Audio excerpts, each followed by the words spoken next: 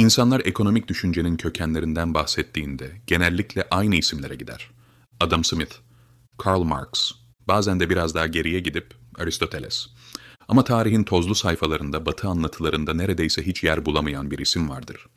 Ve bu isim bugün yaşadığımız finansal krizleri, borç sarmallarını ve güven çöküşlerini bizden yaklaşık 900 yıl önce net bir şekilde tarif etmiştir.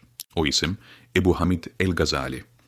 Gazali şunu söylüyordu: para ahlaki pusulasını kaybettiğinde çöküş sessizce başlar.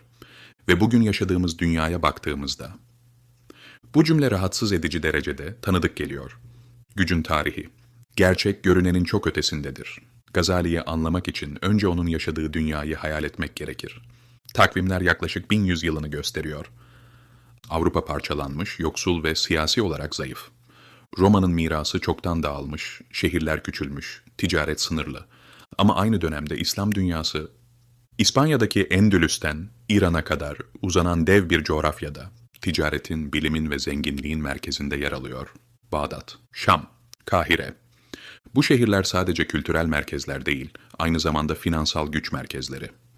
Kervanlar ipek, baharat, gümüş ve tekstil taşırken, pazarlarda fiyatlar, sözleşmeler ve borçlar konuşuluyor. Para, toplumun dokusunu hızla değiştirmeye başlıyor ve işte tam bu noktada Gazali sahneye çıkıyor. Gazali sıradan bir din alimi değildi. O, filozof, hukukçu, düşünür ve aynı zamanda sistem eleştirmeniydi. 1058 yılında bugünkü İran topraklarında doğdu. Henüz genç yaşlarında dönemin en prestijli akademik görevlerinden birine getirildi. Ama onu farklı kılan şey makamı değil, rahatsızlığıydı. Toplum zenginleşiyordu. Piyasalar büyüyordu. Ama içten içe bir şeyler çürüyordu. Gazali şu soruyu sordu: bir toplum bilgeleşmeden zenginleşirse ne olur? Bu sorunun cevabını ararken odağını doğrudan paraya çevirdi. Batı'daki birçok izleyici için şaşırtıcı olan nokta şudur: Gazali, parayı sadece dini açıdan değil, sistemsel ve psikolojik açıdan inceledi. Ona göre para, ne tapılacak bir nesneydi, ne de bir statü göstergesi. Para bir araçtı. Sadece bir araç. Gazali parayı bir aynaya benzetir. Ayna kendi başına değerli değildir. Değeri yansıttığı şeyden gelir. Para da böyledir. Gücü kendisinden değil, insanların onunla ne yaptığından doğar.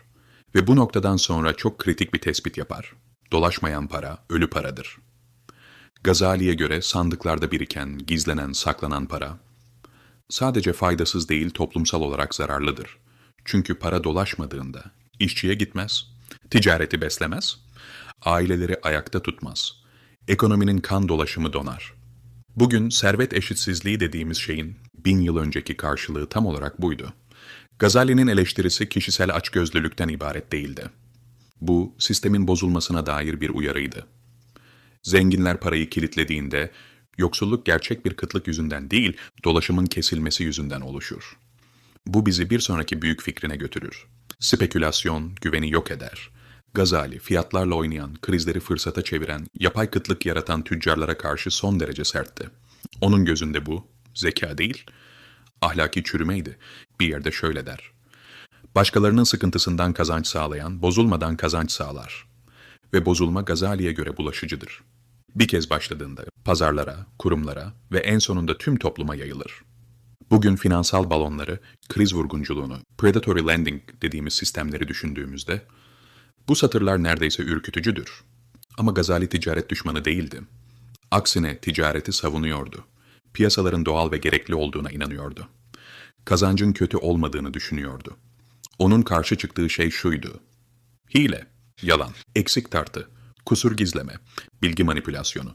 Çünkü piyasalar ancak güvenle çalışır. Ve güven çöktüğünde ekonomi onunla birlikte çöker. Bugün bilgi asimetrisi, moral hazard dediğimiz kavramları Gazali 1000 yıl önce başka kelimelerle anlatıyordu. Bir diğer kritik nokta emek. Gazali'ye göre emek kutsaldı. Emekle kazanılan para insanı güçlendirirdi.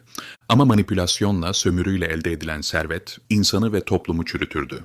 Bu bir ahlak dersi değil mi? Toplumsal dayanıklılık meselesiydi. Toplumlar katkı sağlayan bireylerle yükselir. Sömüren bireylerle zayıflar. Gazali'nin belki de en cesur eleştirisi ise devlete yöneliktir. Orta Çağ yöneticileri, tıpkı modern devletler gibi, paranın ayarını bozarak bütçelerini rahatlatıyordu. Gazali buna açıkça şunu dedi: bu hırsızlıktır. Paranın değerini düşürmek, fark edilmesi zor bir vergidir. En çok da yoksulu vurur. Ve güveni yerle bir eder. Ona göre devletin görevi piyasayı manipüle etmek değil, adil işlemesini sağlamaktır. Adaletsiz yöneticiler bir ülkeyi dış düşmanlardan daha hızlı yıkar.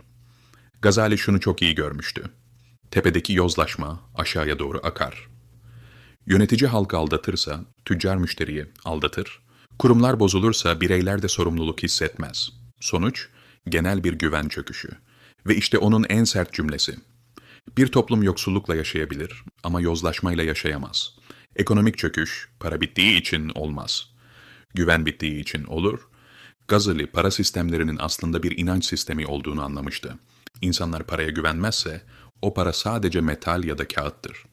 Ve 1000 yıl sonra Weimar Almanyası, Zimbabwe ve Venezuela, Arjantin.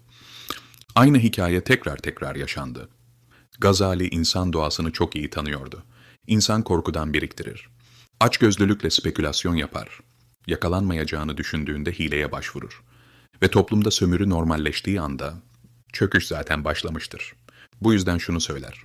Bir ekonomiyi düzeltmek istiyorsan önce teşvikleri düzeltmelisin. Çünkü sistemler insan davranışlarının aynasıdır. Gazali'ye göre servet kötü değildi. Ama sorumluluktan kopmuş servet toplum için bir tehditti. Medeniyetler dengeyle yükselir. O denge koptuğunda en zenginler bile enkazın altında kalır. Ve bugün yaşadığımız dünyaya baktığımızda artan borçlar ve spekülatif çılgınlıklar, kurumsal güvensizlik. Gazali'nin teşhisi hala geçerli. Gazali vaaz vermiyordu. Gerçeği tarif ediyordu. Para mekanik bir araç değildir.